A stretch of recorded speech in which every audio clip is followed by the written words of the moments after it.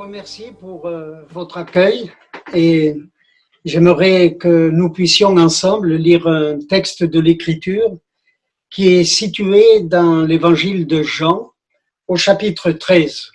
Et nous allons lire à partir du verset 31 jusqu'à la fin de ce chapitre. Jean, chapitre 13, verset 31. Lorsque Judas fut sorti, Jésus dit, « Maintenant, le Fils de l'homme a été glorifié et Dieu a été glorifié en lui. Si Dieu a été glorifié en lui, Dieu aussi le glorifiera en lui-même et il le glorifiera bientôt. Mes petits enfants, je suis pour peu de temps encore avec vous. Vous me chercherez, et comme j'ai dit aux Juifs, vous ne pouvez venir où je vais, je vous le dis aussi maintenant.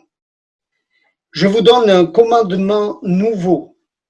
Aimez-vous les uns les autres comme je vous ai aimés. Vous aussi, aimez-vous les uns les autres. À ceci, tous connaîtront que vous êtes mes disciples. Si vous avez de l'amour les uns pour les autres. Simon-Pierre lui dit, « Seigneur, où vas-tu » Jésus répondit, « Tu ne peux pas maintenant me suivre où je vais, mais tu me suivras plus tard. » Seigneur, lui dit Pierre, « Pourquoi ne puis-je pas te suivre maintenant ? Je donnerai ma vie pour toi. » Jésus répondit, « Tu donneras ta vie pour moi. En vérité, je te le dis, le coq ne chantera pas que tu ne m'aies renié 3 fois. Amen. J'aimerais prier le Seigneur un instant avec vous. Seigneur, nous te sommes infiniment reconnaissants pour ta parole qui est la vérité. Et nous voulons te louer parce que, au travers d'elle, tu nous révèles quelle est ta volonté, ce que tu attends de chacun d'entre nous. Et je te prie du plus profond de moi-même que tu nous aides chaque jour à vivre selon ton conseil, que ton esprit puisse graver ta parole dans nos cœurs et nous aide à la mettre en pratique. Seigneur, nous comptons sur ta grâce, sur ta fidélité, et ensemble nous te louons dans le nom précieux de Jésus, notre Sauveur. Amen. Ces quelques versets que nous venons de lire dans la parole de Dieu constituent une partie de ce qui est appelé les derniers entretiens et discours de Jésus avec ses disciples. Pendant tout le temps de l'exercice de son ministère sur cette terre, Jésus a pu observer le peuple qui l'entourait.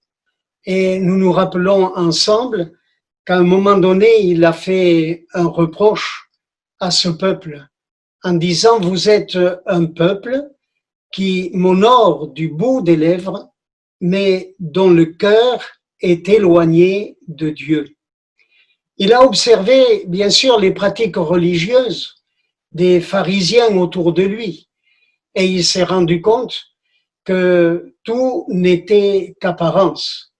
Il faisait, par exemple, de longues et grandes prières sur les places publiques. Il faisait des offrandes avec ostentation, comme par exemple un certain évangile nous présente une scène que nous connaissons tous, quand Jésus, à la fin d'une réunion dans le temple, est allé près du trône, plutôt près du tronc, et à la sortie, il a observé avec attention non pas combien, mais comment on mettait dans le tronc. Et il s'est aperçu que ces hommes religieux s'approchaient d'une manière ostentatoire en mettant les pièces d'or ou d'argent dans le tronc afin que tout le monde remarque leur générosité, alors que Jésus savait très bien que ce qui les caractérisait, c'était au contraire une grande avarice. Mais en même temps, on s'aperçoit qu'une petite veuve est passée au travers de la foule, s'est approchée du tronc et a déposé dans le tronc tout ce qui lui restait. Et Jésus a remarqué ce geste furtif de cette femme et il l'a mis en relief en disant, voici, cette femme a mis beaucoup plus que tous les autres. En réalité, la manière dont elle avait donné au Seigneur était quelque chose d'impressionnant et que Jésus a voulu mettre en relief.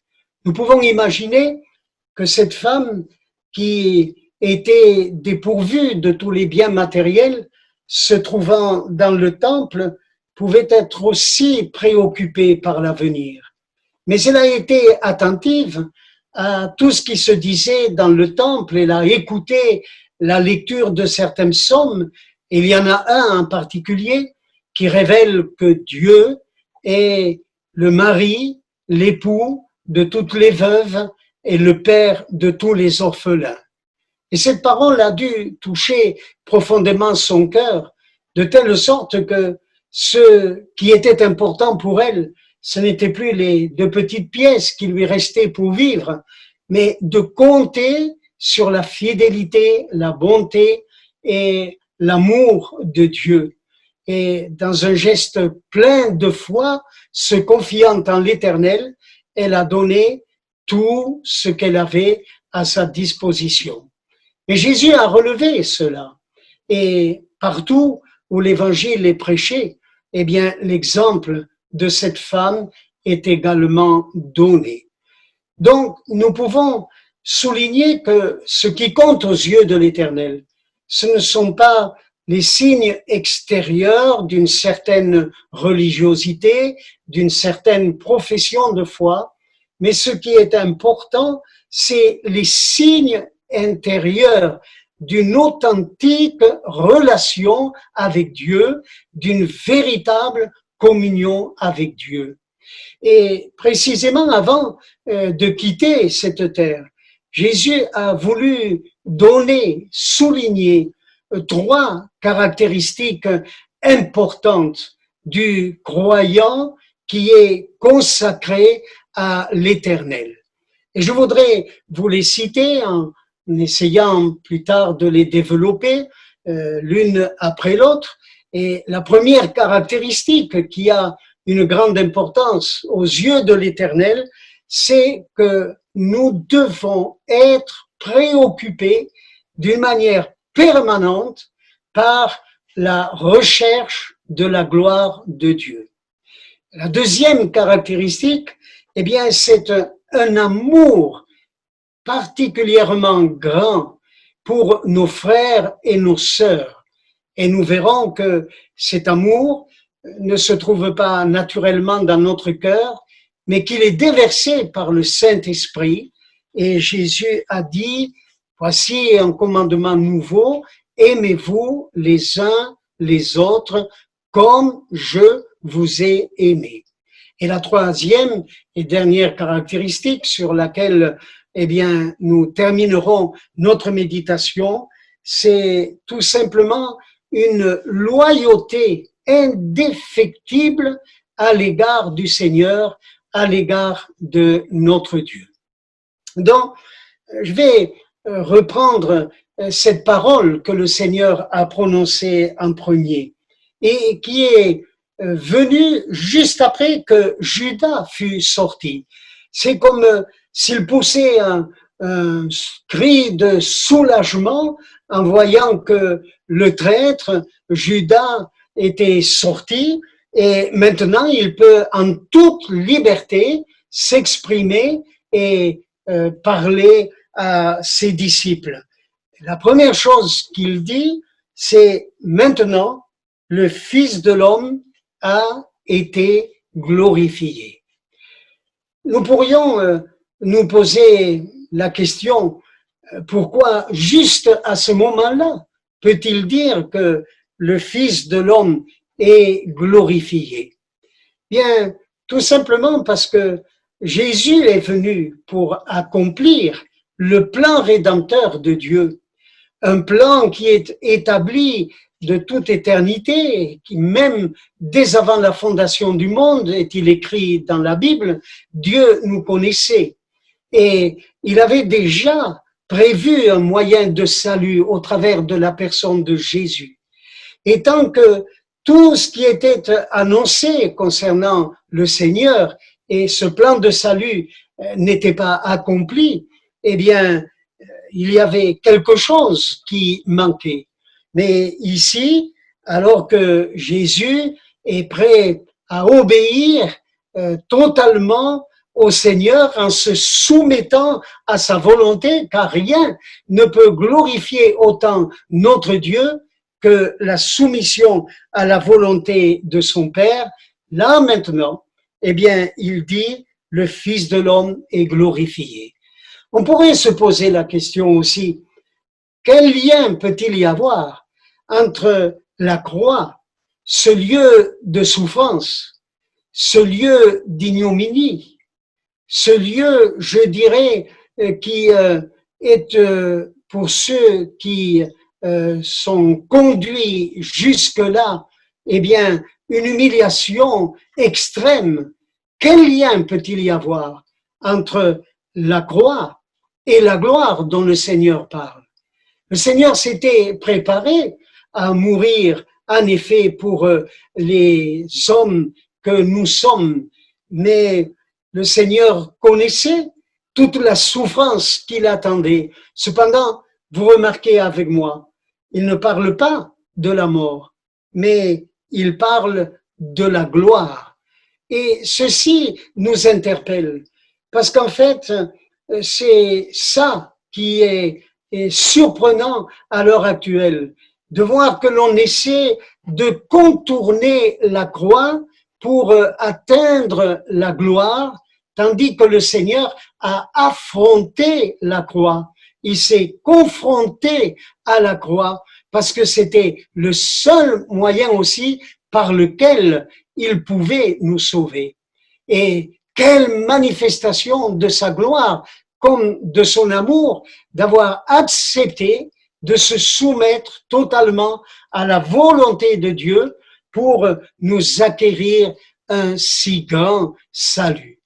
Le Seigneur s'est volontairement humilié en empruntant une nature semblable à la nôtre et il a volontairement voilé sa gloire pendant les 33 ans de sa vie parmi les hommes ici-bas sur la terre. Mais juste au moment où il allait, par le moyen de ce sacrifice et de sa mort expiatoire, retrouver la gloire, eh bien, il s'exprime de cette manière-là. Et c'est pour nous un encouragement à suivre ce chemin, le chemin de la croix, parce qu'il ne peut pas y avoir de gloire sans la croix. Les choses ont souvent été inversées dans le système religieux, de telle sorte qu'on est à la recherche de la puissance, à la recherche de la gloire, à la recherche, je dirais, d'un certain enthousiasme extérieur, visible, sans que le cœur soit gagné par un amour sincère et véritable, profond pour le Seigneur. On évite par tous les moyens le sacrifice. Or, il est impossible d'atteindre la gloire sans passer par le sacrifice. Donc Jésus, qui était conscient que toutes les prophéties qui avaient été annoncées à son sujet s'accomplissaient, peut dire maintenant, le Fils de l'homme est glorifié. Mais il ajoute, et Dieu a été glorifié en lui.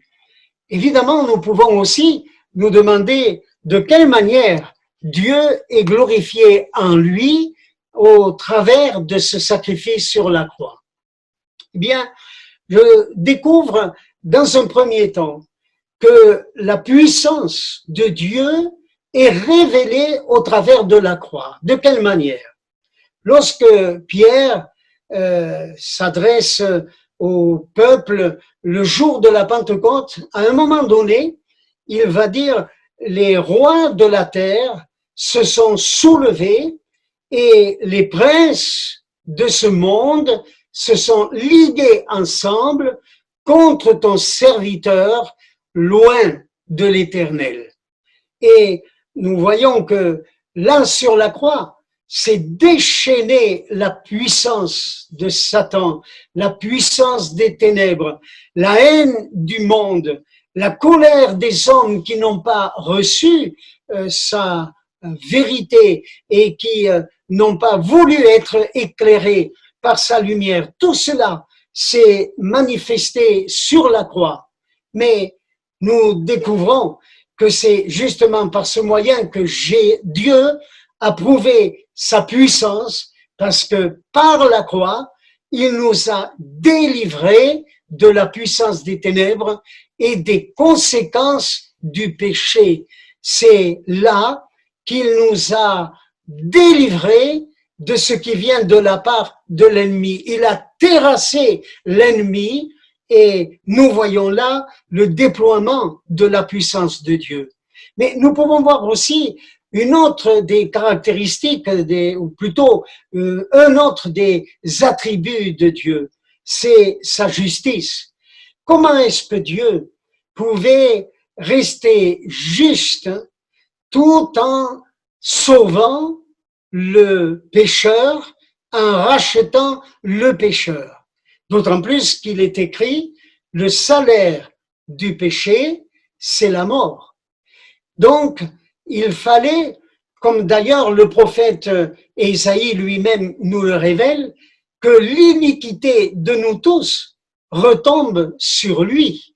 Il a pris notre place. C'est lui qui a subi le châtiment à notre place. Et donc, par son sacrifice, nous sommes justifiés. Et Dieu, eh bien, sans contourner la loi, eh bien, est resté parfaitement juste. Et c'est pour nous un sujet de louange que de pouvoir dire que par le moyen de l'œuvre qui a été accomplie par Jésus sur la croix, nous sommes désormais justifiés devant les yeux de notre Père.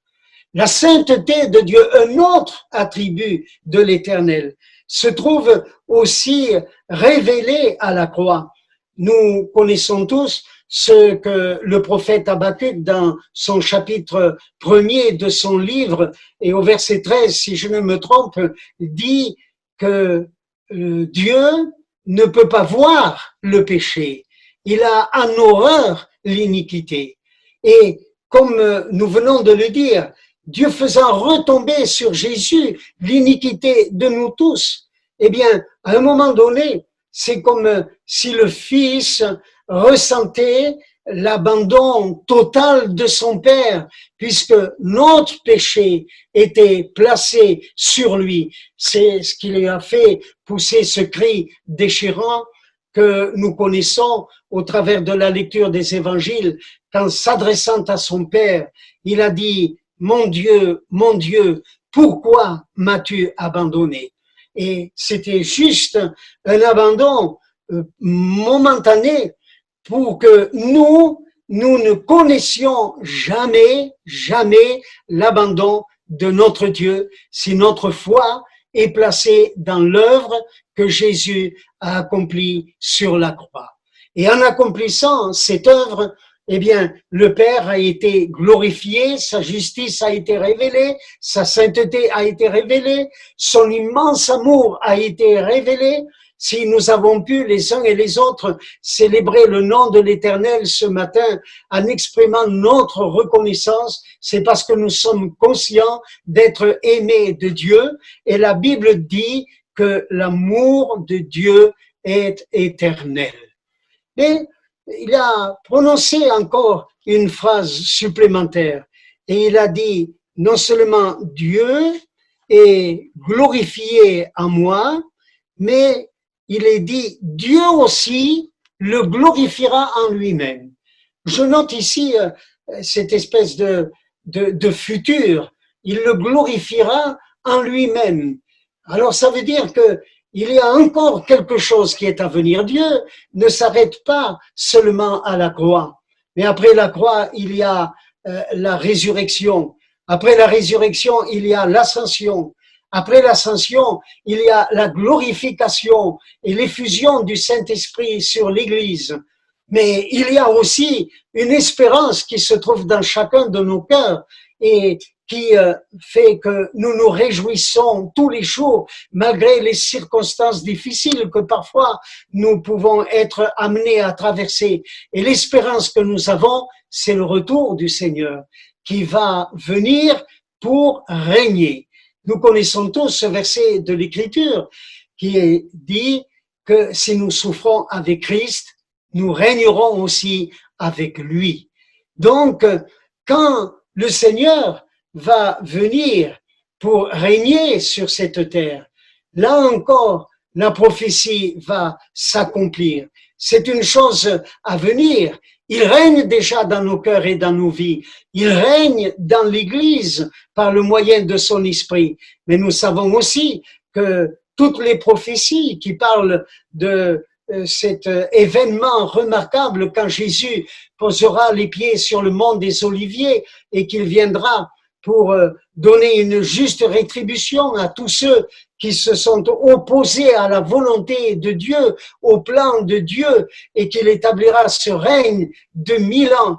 Tout cela est un sujet de joie et c'est la raison pour laquelle il est dit le Père le glorifiera. C'est une chose pour nous certaine, parce que si les premières choses se sont écoulées et que la gloire de Dieu a été manifestée, ce qui est à venir se produira encore, parce que nous connaissons tous ce verset de l'Écriture qui dit que ce que sa bouche a dit, sa main l'accomplira. La deuxième caractéristique qui prouve l'authenticité de la profession de foi de ses disciples, et c'est ce qu'il attend de chacun d'entre nous, c'est un amour réel et véritable. Mais juste avant de parler de cela, je dois aussi m'arrêter sur le verset 33, où Jésus va dire, en s'adressant à ses disciples, « Je suis pour peu de temps encore avec vous ». Et il y a bien sûr l'espérance de la gloire dont nous venons de parler, et les disciples devaient s'attendre à cela, mais avant que tout cela ne s'accomplisse, eh bien, ils devaient se séparer d'eux physiquement pendant un temps. Bien sûr que le Seigneur n'a jamais été aussi présent avec nous que maintenant, n'est-ce pas, par le moyen de son esprit qui a été déversé dans notre cœur. Et le rôle du Saint-Esprit, c'est de placer Christ sur le trône de notre cœur. Mais momentanément, quand il s'adresse à ses disciples, il leur dit, voilà, je suis pour peu de temps encore avec vous, vous me chercherez. Et comme j'ai dit aux Juifs, vous ne pouvez venir où je vais, je vous le dis aussi maintenant. Seulement, il y a une différence avec ce qu'il a dit aux Juifs et ce qu'il dit à ses propres disciples. Car, effectivement, dans le chapitre 7 de ce même évangile de Jean, au verset 33 et 34, Jésus s'adresse exactement de cette manière à ces hommes juifs qui l'entourent. Mais un peu plus tard, au chapitre 8 et au verset 21, il va leur révéler aussi quelque chose. Et il leur dit, vous me chercherez, mais il ajoute, vous mourrez dans votre péché. Parce que eux n'ont pas accepté cette révélation de la grâce de Dieu se manifestant au travers de la personne du Seigneur Jésus. Alors, à ses disciples, il dit, comme j'ai dit aux Juifs, vous ne pouvez venir où je vais. Mais vous remarquerez, il s'arrête là. Il ne dit pas, vous mourrez dans vos péchés. Parce que l'œuvre qu'il va accomplir sur la croix les a mis à l'abri de la condamnation éternelle. C'est là une grande différence. C'est la raison pour laquelle nous avons bien raison, les uns et les autres, d'avoir placé notre confiance dans cette œuvre expiatoire de notre cher Sauveur. Et comme le dit un de nos anciens cantiques, la croix reste debout. Et nous ne devons jamais oublier que si nous sommes ce que nous sommes, c'est grâce à ce que Christ a accompli en notre faveur. Maintenant, il va aller un peu plus loin. Et il dit, je vous donne un commandement nouveau. Aimez-vous les uns les autres.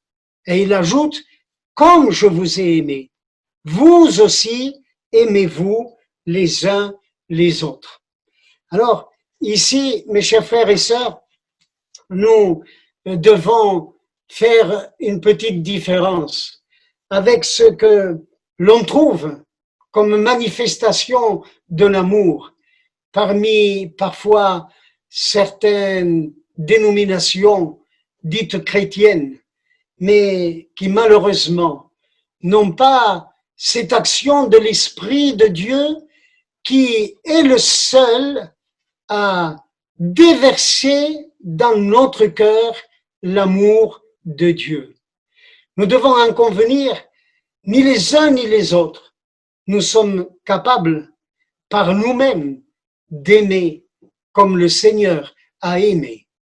Mais nous avons à l'intérieur de nous-mêmes un réservoir d'amour qui a été placé par l'action du Saint-Esprit dans nos cœurs et dans nos vies.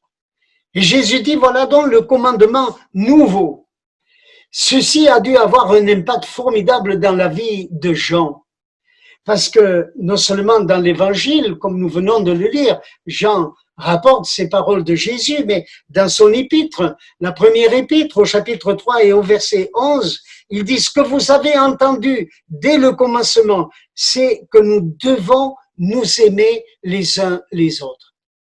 Je répète que l'apôtre Paul, dans son épître aux Romains au chapitre 5 et au verset 5, dit « L'amour de Dieu est déversé par le Saint-Esprit. » Et l'épître de Paul aux Galates, au chapitre 5 et au verset 14, révèle que l'amour du prochain, c'est l'accomplissement de la loi. Dans toutes les épîtres, pratiquement de Paul, il est parlé de cette révélation formidable que l'accomplissement de la loi dans son ensemble se trouve en quelque sorte dans l'observation de ce commandement, aimer Dieu de tout son cœur et aimer son prochain comme soi-même. Car lorsque nous faisons cela, eh bien, Paul le dit dans son épître aux Galates, au chapitre 5 et au verset 14, nous accomplissons la loi de Dieu et le cœur du Père dont peut être satisfait, puisque c'est une œuvre qui est produite par le Saint-Esprit dans notre cœur et dans notre vie. Malheureusement, dans les églises, je dirais, dans beaucoup d'églises à l'heure actuelle, on trouve un amour qui n'est pas celui que Dieu est capable de déverser par le Saint-Esprit en nous. C'est une sorte d'amitié fraternelle. Il peut y avoir de bonnes relations fraternelles sans que pour autant il y ait la manifestation de l'amour de Dieu.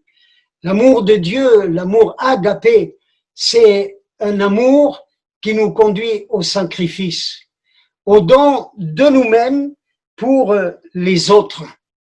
Et c'est la raison pour laquelle si dans le cœur de certains chrétiens, il n'y a que l'amour qui est manifesté dans ce monde, eh bien, on peut être terriblement déçu. Je vais vous dire très franchement, je pense qu'il existe de nombreux clubs dans le monde où l'amitié est une sorte d'affection amicale est plus réelle parfois que parmi les membres de certaines églises. Tout simplement parce que l'amour que le monde manifeste n'a rien à voir avec l'amour que Dieu déverse dans notre cœur par le Saint-Esprit.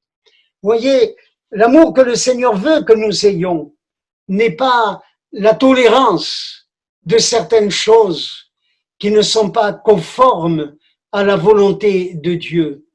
On pense parfois manifester de l'amour en acceptant certaines choses et avoir de la complaisance à l'égard, je dirais, de certaines idées ou de certaines opinions. Non, ce n'est pas non plus être politiquement correct qui est la manifestation de l'amour véritable de Dieu. L'amour de Dieu peut nous amener parfois à dire à notre frère et à notre prochain certaines choses qui ne sont pas forcément agréables à entendre.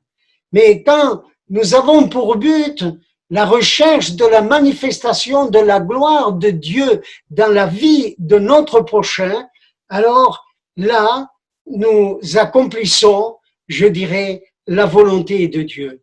Nous avons un exemple dans l'Ancien Testament qui est assez frappant et que tout le monde connaît, je pense.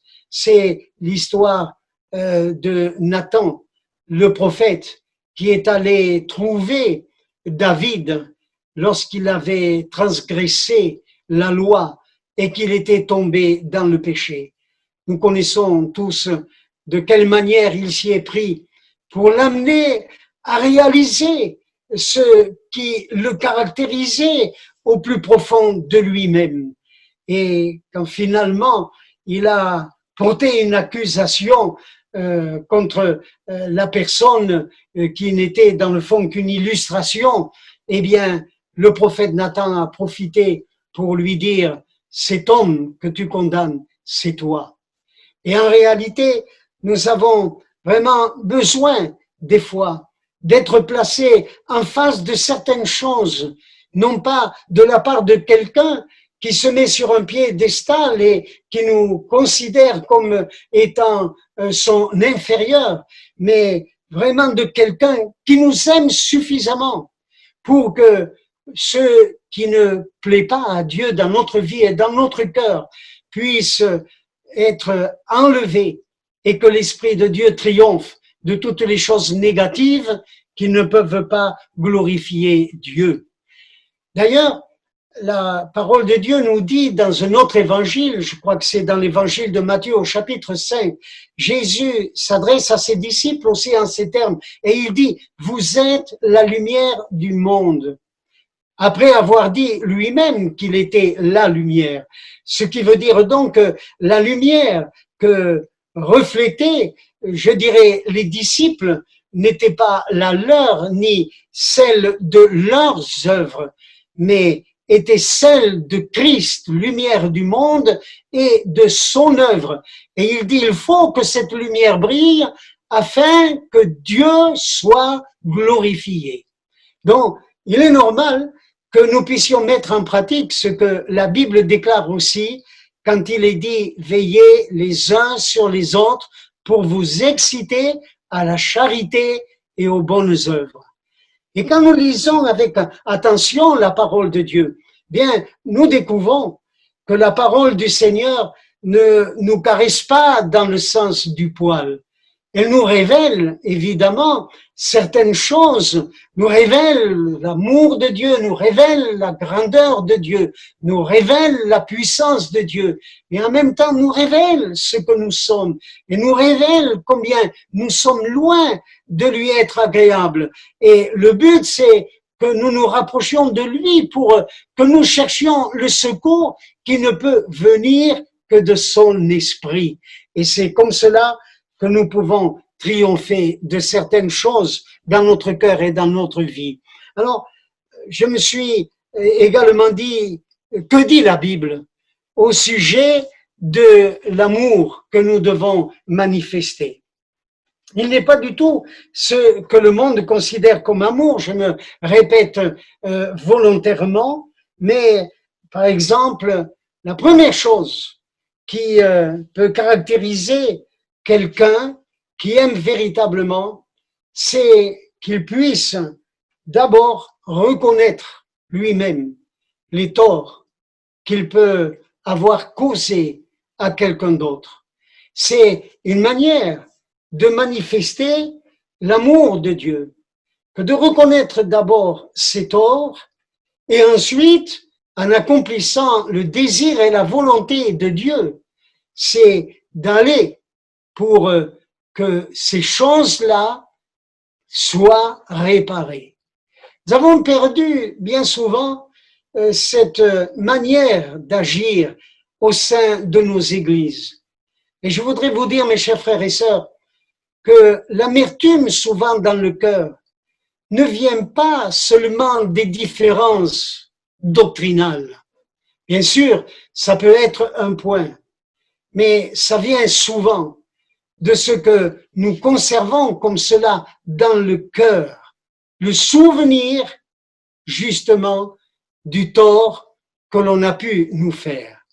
Alors, le seul moyen de la réparation, c'est que quand on est conscient d'avoir fait du tort, eh bien, on le reconnaisse et puis on répare.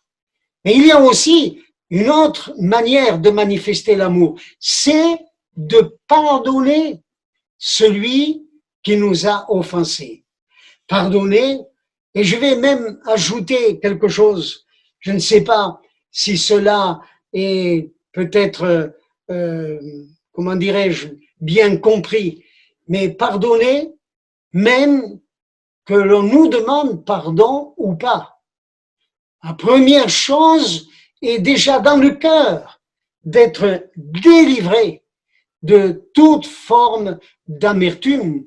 Ensuite, eh bien, il sera encore plus facile quand quelqu'un reconnaît sa faute et de pardonner. Et voilà donc cette sorte de manifestation d'amour que le Seigneur veut voir être exercée au milieu de son peuple. La troisième et dernière caractéristique sur laquelle nous allons nous pencher ce matin, c'est une loyauté, je dirais, indéfectible à notre Seigneur. Et nous voyons au travers de l'exemple de Pierre, bien comment nous pouvons arriver à rester loyal à l'égard de notre Dieu jusqu'à la fin de notre vie, malgré ce que nous sommes par nature. Parce que personne, eh bien, ne pourra jamais dire ici-bas sur la terre, ça y est, je suis arrivé, je n'ai plus rien à apprendre, je n'ai plus besoin de quoi que ce soit. Nous savons comment l'apôtre Paul a parlé en disant « le bien n'habite pas en moi ». Et il dit « je n'ai pas encore atteint le but, mais je cours pour essayer de l'atteindre ». Et nous sommes dans une voie où par l'exercice de la foi, de notre confiance placée dans le Seigneur, pour qu'il fasse en nous ce que nous ne pouvons pas réaliser par nous-mêmes, eh bien, nous allons pouvoir aller de progrès en progrès, de victoire en victoire, jusqu'à ce jour où, comme il est écrit dans la Bible, tel il est, tel aussi nous serons. Et je vous ai dit, Pierre est un exemple pour nous. Mais vous remarquez dans le texte, Pierre s'adresse au Seigneur et qui vient de dire qu'ils ne peuvent pas, les disciples, le suivre là où il va. Et Simon-Pierre lui dit, mais Seigneur, où vas-tu? Et Jésus lui répond, tu ne peux pas maintenant me suivre où je vais, mais tu me suivras plus tard. Remarquez comment comment Pierre plutôt, pardon, eh bien, va réagir à cette parole du Maître. Il va dire, Seigneur, tu donneras, je te suivrai maintenant et je donnerai ma vie pour toi. Et le Seigneur est obligé de lui dire, tu donneras ta vie pour moi. Cependant, avant que le coq ne chante, toi, tu m'auras renié 3 fois. Remarquez bien, Jésus dit, tu donneras ta vie pour moi. Je dois reconnaître que pendant longtemps, j'ai pris cette parole dans le sens de, vous voyez, comme si Jésus le narguait un peu en disant, tu donneras ta vie pour moi. Non, en fait, c'est une affirmation, tu donneras ta vie pour moi. Mais avant, il faut que tu découvres quelle est ta faiblesse naturelle. Et il ne pourra donner sa vie pour le Seigneur qu'en recevant de lui la force et la capacité de la livrer, de la donner en sacrifice, comme cela a été son cas, et comme aussi le Seigneur lui a révélé dans une certaine circonstance, quand il lui a affirmé certaines choses et que l'Écriture dit que Jésus lui parla ainsi pour lui manifester de quelle mort il glorifierait le Seigneur. Alors, vous voyez, la loyauté que Dieu veut que nous ayons dans notre cœur, c'est pas une loyauté promise. Nous pouvons tous dire, à l'instar de Pierre, Seigneur, je te resterai fidèle jusqu'à la fin. C'est ce qu'il a dit, lui. Mais nous devons arriver à comprendre que nul n'a le pouvoir de se connaître de fond en comble lui-même, à moins d'avoir une révélation de ce qu'il est profondément par le Seigneur lui-même. Il y a plusieurs exemples tirés de la parole de Dieu qui mettent en évidence, comme pour Pierre d'ailleurs, que on ne se connaît pas soi-même. Dans l'Ancien Testament, il y a un cas particulier d'un homme qui était au service d'un roi, qui allait mourir. Il était malade et il a appelé Azaël, son serviteur, et lui a dit, va trouver le prophète Élie et pose-lui la question, vais-je guérir ou vais-je mourir? Et ce serviteur de ce roi est allé trouver le prophète Élie et le prophète Élisée, pardon, et le prophète Élisée lui a dit, oui, dis-lui qu'il va guérir, cependant, il mourra. Et puis, tout à coup, Élisée se met à pleurer, à pleurer, à pleurer.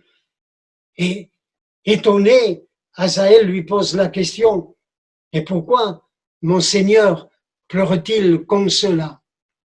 Et Élisée lui répond, parce que je sais tout le mal que tu vas faire à mon peuple.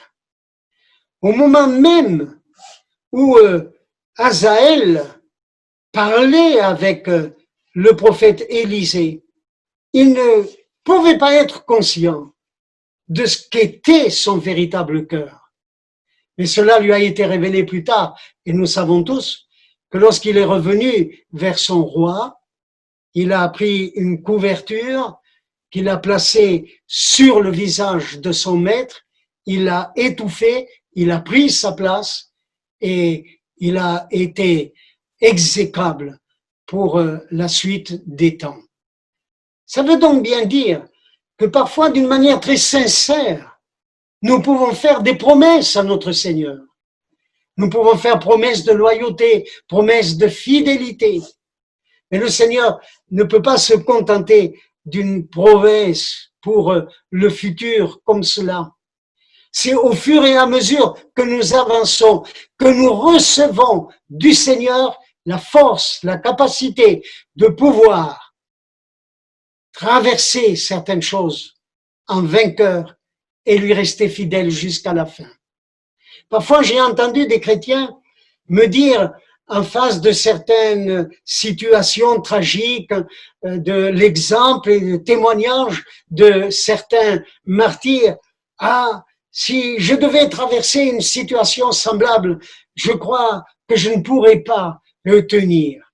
Et voyez-vous, le Seigneur ne nous donne pas la force par avance, mais c'est au fur et à mesure que nous avançons qu'il est capable de nous communiquer tout ce qui est indispensable pour que nous soyons plus que vainqueurs jusqu'à la fin de notre vie. Et malgré, eh bien, comme nous le savons, la chute de Pierre, il y a eu aussi quand même le relèvement. Nous pouvons quand même ensemble nous poser ces questions. Finalement, pourquoi Pierre est-il tombé malgré les avertissements de son Seigneur? Et je dirais d'abord parce qu'il s'est trop vanté. Deuxièmement, parce qu'il a trop peu prié. Souvenez-vous que, en quittant la chambre haute, Jésus, accompagné de ses disciples, se dirigeait vers Gethsémane. Et quand ils sont arrivés dans ce jardin, Jésus leur a demandé à 3 d'entre eux de prier avec lui. Et la Bible nous dit qu'ils se sont assoupis, ils se sont endormis.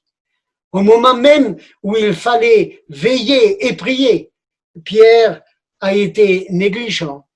Et c'est la raison pour laquelle aussi il y a eu cette chute-là. Puis, Pierre avait un autre défaut naturel, c'est qu'il était trop prompt à agir, trop rapide pour agir. C'est-à-dire que quand il fallait écouter, il parlait. Et quand il fallait rester tranquille, il agissait. Et une preuve de cela, c'est que dans le jardin de Gethsémane, lorsqu'il a vu Judas à la tête de la cohorte qui venait pour prendre le Seigneur Jésus, il a vu le serviteur du souverain sacrificateur qui était là, et saisissant son épée, il a voulu frapper le serviteur du souverain sacrificateur. On parle parfois de frappe chirurgicale, stratégiquement parlant dans le domaine militaire. Et ici, eh bien, sa frappe a été particulière. Je pense qu'il ne visait pas l'oreille, mais c'est l'oreille qui est tombée. Et le Seigneur est intervenu tout de suite en lui disant, remets ton épée dans le fourreau. Il a guéri Pierre. Et non seulement il l'a guéri là, sur le plan physique, mais plus tard, quand il y a eu l'effusion du Saint-Esprit, alors il lui a communiqué une audace, une puissance particulière, qui lui a donné aussi la possibilité de rester loyal et fidèle jusqu'à la fin de sa vie. Eh bien, c'est la grâce que je souhaite à chacun de ceux qui s'attachent au Seigneur et qui veulent le suivre fidèlement. Que Dieu nous accorde aux uns et aux autres de pouvoir avoir ces 3 caractéristiques-là, ne rechercher que la gloire de Dieu, non pas des avantages personnels, non pas une gloire personnelle, non pas une gratitude de la part des hommes, non pas l'honneur des hommes, mais tout simplement rechercher au travers de quoi que nous fassions la gloire de Dieu, que Dieu nous donne par son esprit de manifester un amour sans limite pour notre prochain, pour nos frères et nos sœurs, et que Dieu nous accorde la grâce aussi de lui rester fidèle et loyal jusqu'à la fin. Que Dieu vous bénisse, mes chers frères et sœurs.